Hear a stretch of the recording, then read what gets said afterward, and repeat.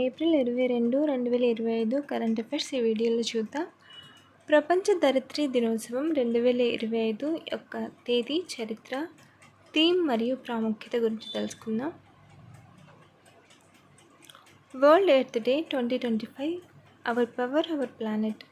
April 22న జరుపుకునే ప్రపంచ ధరిత్రీ దినోత్సవం 2025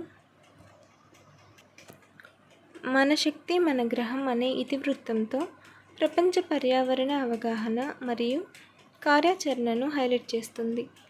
1970లో సెనేటర్ గెలార్డ్ నెల్సన్ చేత ప్రారంభించబడిన ఇది యుఎస్లో ప్రధాన పర్యావరణ సంస్కరణలకు నాంది పలికింది మరియు ఇప్పుడు 192 దేశాలలో 1 బిలియన్ మందికి పైగా ప్రజలు దీనిలో పాల్గొంటున్నారు.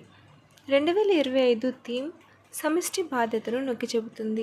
గ్రహాన్ని రక్షించడానికి పునరుత్పాదక శక్తి, స్థిరమైన జీవనం మరియు వాతావరణ సానుకూల విధానాలను అవలంబించాలని కోరుతుంది. టైమ్ 2025 ప్రభావవంతమైన వ్యక్తుల జాబితాలో ట్రంప్, మస్క్, యూనుస్లు మెరుస్తున్నారు. 2025 టైమ్ 100 అత్యంత ప్రభావవంతమైన వ్యక్తుల జాబితా. ప్రపంచ దిగ్గజాలు: డొనాల్డ్ ట్రంప్, అమెరికా అధ్యక్షుడు ఎలాన్ మస్క్, టెస్లా మరియు space X CEO, Keir Starmer, UK ప్రధానమంత్రి, మరియు మొహమ్మద్ యూనస్, నోబెల్ గ్రహీత బంగ్లాదేశ్ వంటి వారిని హైలైట్ చేస్తుంది. వారు రాజకీయాలు, సాంకేతికత మరియు సామాజిక ఆవిష్కరణలలో వారి ప్రభావాన్ని గుర్తిస్తారు. ముఖ్యంగా ఈ సంవత్సరం భారతీయ వ్యక్తులెవరూ కనిపించలేదు. ఇది 2024 నుండి మార్పును సూచిస్తుంది. ఈ నాయకులు అధికారం, ఆవిష్కరణ మరియు సాధికారత ద్వారా ప్రపంచ కథనాన్ని రూపొందిస్తారు. WTO గ్లోబల్ ట్రేడ్ అవుట్లుక్ 2025 ప్రపంచ వస్తువుల వాణిజ్యంలో 0.2% క్షీణతను అంచనా వేసింది. యుఎస్, చైనా సుంకాల ఉద్రిక్తతలు మరియు వాణిజ్య విధాన అనిశ్చితుల మధ్య 1.5% లోతైన సంకోచం ప్రమాదాలు ఉన్నాయి. దీనికి విరుద్ధంగా సేవల వాణిజ్యం 4.0% వృద్ధి చెందవచ్చు, అయితే వస్తువుల వాణిజ్య అంతరాయాల కారణంగా నెమ్మదిగా ఉంటుంది. ఉత్తర అమెరికా ఎగుమతి 12.6% తగ్గుదలను ఎదుర్కొంటుండగా, ఆసియా మరియు యూరప్ వరుసగా 1.6% మరియు 1.0% స్వల్ప వృద్ధిని చూడవచ్చు. ఈ నివేదిక ఆర్థిక మాంద్యం, ఒత్తిళ్ల గురించి హెచ్చరిస్తుంది మరియు తక్కువ అభివృద్ధి చెందిన దేశాల దుర్బలత్వాన్ని హైలైట్ చేస్తుంది. బలమైన ప్రపంచ విధాన సమన్వయాన్ని కోరుతుంది. మహారాష్ట్రలో 1-5 తరగతుల్లో హిందీని 3వ భాషగా తప్పనిసరి చేశారు. జాతీయ విద్యా విధానం NEP 2020కి అనుగుణంగా మహారాష్ట్ర పాఠశాల విద్యాశాఖ 2025-26 నుండి దశలవారీగా పాఠ్యాంశ సంస్కరణలను అమలు చేస్తుంది. మరాఠీ మరియు ఇంగ్లీష్ మీడియం పాఠశాలల్లో 1-5 తరగతులకు హిందీని 3వ భాషగా తప్పనిసరి చేస్తుంది. ఈ చర్య ఇతర మాధ్యమ పాఠశాలలు ఇప్పటికే అనుసరిస్తున్న త్రిభాషా సూత్రానికి అనుగుణంగా ఉంది మరియు బహుభాషా నైపుణ్యాన్ని మరియు జాతీయ సమైక్యతను ప్రోత్సహించడం లక్ష్యంగా పెట్టుకుంది. ఈ రోలౌట్ NEP యొక్క 5+3+3+4 నిర్మాణంతో సమలేఖనం చేయబడింది. ఇది ప్రాథమిక దశలోని తరగతి 1 నుండి ప్రారంభమవుతుంది.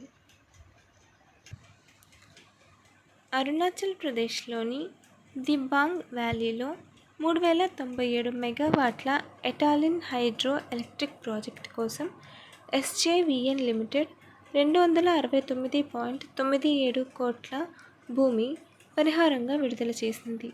ఇది భారతదేశ పునరుత్పాదక ఇంధన విస్తరణలో కీలకమైన అడుగు. మార్చి 26, 2025న ప్రకటించబడిన ఈ చెల్లింపు ట్రీ మరియు టాలో నదులపై 2 ఆనకట్టలు మరియు భూగర్భ పవర్ హౌస్ అభివృద్ధికి మద్దతు ఇస్తుంది. ప్రాజెక్ట్ డిసెంబర్ 2033 నాటికి ప్రారంభించబడుతుంది.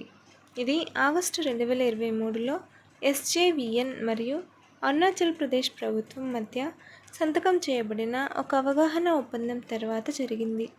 ఇది 5 జల విద్యుత్ ప్రాజెక్టులను కలిపి 5,097 మెగావాట్ సామర్థ్యం మరియు 60,000 కోట్ల పెట్టుబడితో కవర్ చేస్తుంది. ఫైనాన్షియల్ ఇయర్ 25లో భారతదేశ స్మార్ట్ఫోన్ ఎగుమతి బూమ్ 2,00,000 కోట్లకు మించి రికార్డు స్థాయిలో పెరుగుదల. భారతదేశ స్మార్ట్ఫోన్ ఎగుమతులు మొదటిసారిగా ఫైనాన్షియల్ ఇయర్ 25లో 2,00,000 కోట్లు దాటాయి. ఇది ప్రొడక్షన్ లింక్డ్ ఇన్సెంటివ్ (PLI) పథకం మరియు గ్లోబల్ వాల్యూ చైన్స్ (GVCలలో ఎక్కువ ఏకీకరణ ద్వారా నడిచే చారిత్రాత్మక మైలురాయిని సూచిస్తుంది. మంత్రి అశ్విని వైష్ణవ్ ప్రకటించిన ప్రకారం ఈ రంగం గత సంవత్సరం కంటే 54% ఎగుమతి వృద్ధిని సాధించింది. యాపిల్ ఐఫోన్ ఎగుమతులు కీలక పాత్ర పోషిస్తున్నాయి మరియు భారతీయ MSMEల నుండి పెరుగుతున్న భాగస్వామ్యం భారతదేశం యొక్క పెరుగుతున్న తయారీ బలం మరియు వాణిజ్య మార్పును హైలైట్ చేస్తుంది. ఉక్కు దిగుమతులపై భారత్ 12% సుంకం విధించింది. దేశీయ ఉక్కు పరిశ్రమను రక్షించుకోవడానికి భారత ప్రభుత్వం ఏప్రిల్ 21, 2025 నుండి 200 రోజుల పాటు ఎంపిక చేసిన ఉక్కు దిగుమతులపై 12% తాత్కాలిక రక్షణ సుంకాన్ని విధించింది. చైనా, దక్షిణ కొరియా మరియు జపాన్ నుండి తక్కువ ధరల దిగుమతులు పెరగడంతో స్థానిక తయారీదారులకు తీవ్రమైన గాయం వెల్లడైన DGTR దర్యాప్తు తర్వాత ఈ చర్య జరిగింది. అన్యాయమైన పోటీని ఎదుర్కోవడానికి మరియు మార్కెట్ సమతుల్యతను పునరుద్ధరించడానికి ఉద్దేశించిన hot rolled coils, cold rolled షీట్లు మరియు కలర్ కోటెడ్ స్టీల్ వంటి కీలకమైన నాన్ అల్లాయ్ మరియు అల్లాయ్ ఫ్లాట్ స్టీల్ ఉత్పత్తులకు ఈ సుంకం వర్తిస్తుంది. రిజర్వ్ బ్యాంక్ ఆఫ్ ఇండియా 10 సంవత్సరాలు మరియు అంతకంటే ఎక్కువ వయసు ఉన్న మైనర్లకు స్వతంత్రంగా పొదుపు మరియు టర్మ్ డిపాజిట్ ఖాతాలను తెరవడానికి మరియు నిర్వహించడానికి వీలు కల్పిస్తూ సవరించిన మార్గదర్శకాలను జారీ చేసింది. ఇది ప్రారంభ ఆర్థిక అక్షరాస్యతను ప్రోత్సహిస్తుంది. ఏ వయసు వారైనా మైనర్లు, తల్లిదండ్రులు లేదా చట్టపరమైన సంరక్షకుల ద్వారా ఖాతాలను తెరవవచ్చు, కానీ 10 ఏళ్లు పైబడిన వారు బ్యాంకు రిస్క్ మేనేజ్మెంట్ విధానానికి లోబడి స్వతంత్రంగా వాటిని నిర్వహించవచ్చు. బ్యాంకులు ఓవర్ డ్రాఫ్ట్లు లేకుండా చూసుకోవాలి మరియు క్రెడిట్ బ్యాలెన్స్ను నిర్వహించాలి మరియు మైనర్ మెజారిటీకి చేరుకున్న తర్వాత కొత్త సూచనలను పొందాలి.